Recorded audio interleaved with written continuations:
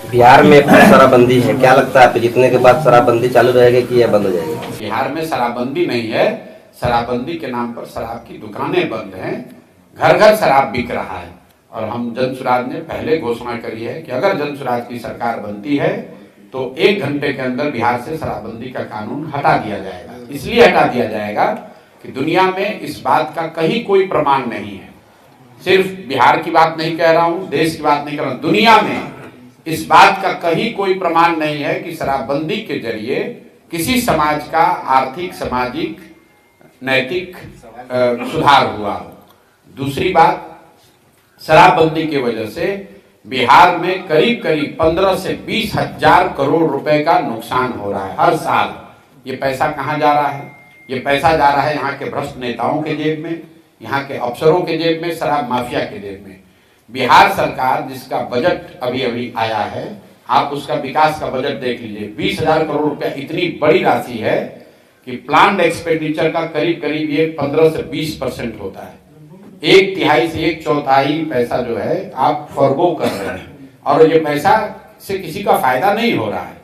ये पैसा मिल रहा है यहाँ के अफसरों को, नेताओं को, शराब माफियाओं को। तीसरी बात कही गई, गांधी जी ने ये कहा है, इस बात को भी मैंने खुलासा किया है कि जो भी गांधी को पढ़ने का, समझने का दावा करते हैं, उनको मेरी खुली चुनौती है। आप मुझे गांधी जी का लिखा हुआ एक लाइन, एक पंक्ति दिखा दीजिए या बोला हुआ वाक्य सुना दीजिए जिसमें गांधी जी ने कहा है कि सरकार कानून बनाकर शराबबंदी लागू करे। गांधी जी ने शराबबंदी को सामाजिक प्रयास के तौर पर बताया, कानून बनाने की बात नहीं कही। अगर गांधी जी कानून बनवाना चाहते तो देश आजाद हुआ था, गांधी जी कहते पूरे देश में शराबबंदी लागू हो गई होती। सर, जिस शराबबंदी को महिलाओं के नाम पर किया गया है, सबसे ज्यादा इस कानून का प्रताड़ना भी इस कानून से महिलाओं की है। कुल 8 लाख से ज्यादा मामले हुए हैं शराबबंदी में, 6.5 लाख से ज्यादा केसेस में कोर्ट ने कॉग्निजेंस लिया है, और 1.25 लाख से ज्यादा लोग आज भी अंडर ट्रायल जेल में हैं।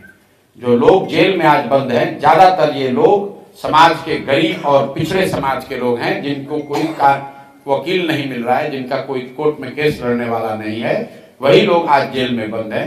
तो जो लोग सामाजिक न्याय की बात कर रहे हैं वो ये भी बताएं कि शराबबंदी से सबसे बड़ा नुकसान किसको हुआ है। जो सरकार में ऊपर बैठा हुआ है, नीतीश कुमार के अगल बगल बैठा है, वो तो शराब का धंधा कर रहा है, वो करोड़ों रुपया कमा रहा है, और गरीब आदमी कहीं पकड़ लिया गया, उसको आप पकड़ के जेल में कर देते हैं।